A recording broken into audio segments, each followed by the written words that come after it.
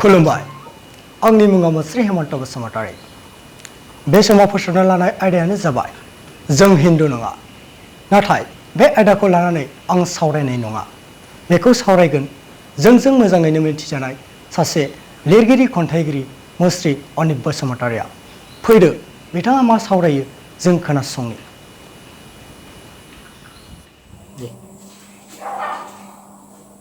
आं दिनै मोनसे आयदानि सायाव बाथ्रा सावरायनो नागिरदों बे आयदायानो जाबाय जों हिन्दु नङा जों मिथिगौदि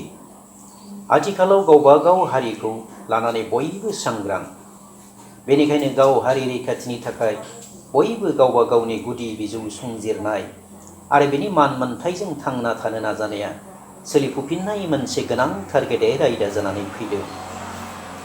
जानो हागौ बेनिखायनो आदिबासि हारिनि राष्ट्रीय अध्यक्ष लालुभाई बाबुसाया गासै गाव हारिनि आदिबासिफोरखौ खावलायदों ओरैहाय 2024 सुबुं खर' साननाय समाव धर्म कड रेबगन खथायाव आदिबासि ट्राइबेल होननानै थिसननो खावलायदों मानोना हारि मोनसेनि थाखाय धोरोमानो रैखाथिनि बाख्रि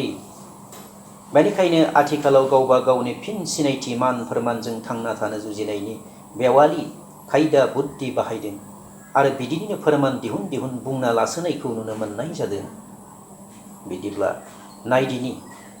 आदिबासिफ्रा मालाय गावसोरखौ मानो मा बुंनो लादों नै बिदि आदिबासी हिंदू नहीं है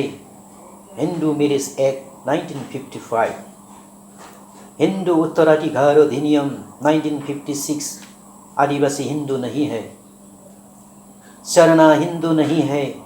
गोंड हिंदू नहीं है संथाल हिंदू नहीं है मुंडा हिंदू नहीं है भिल हिंदू नहीं है उराव हिंदू नहीं है खरिया हिंदू नहीं है मानोना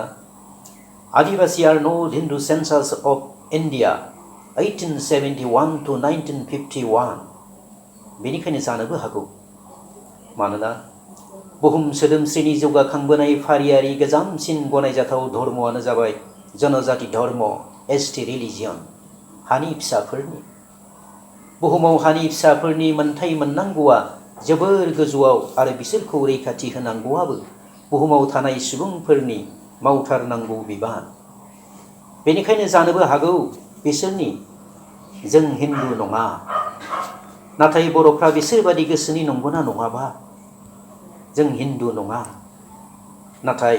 बे समाव जोंखौबो बिदिनो थार खौसेयै फोरमायनो खावलायदों जोंनि गुबै धोरोमजों गाव गावनि रैखाथि लानो थाखाय दिनै आं बे बाथ्रा सावरायनायखौ एसेयावनो दोनथ'बाय नांगौ जायोबा आं उनाव आरोबाव सावरायबावगोन गोजोन्थों जों हिन्दु नङा बे आयदानि सायाव बिथाङा मा सावरायखो नोंथांमोना खोनासंनो मोनबाय दिनै एसेनोसै गोजोन्थों अनेक BBC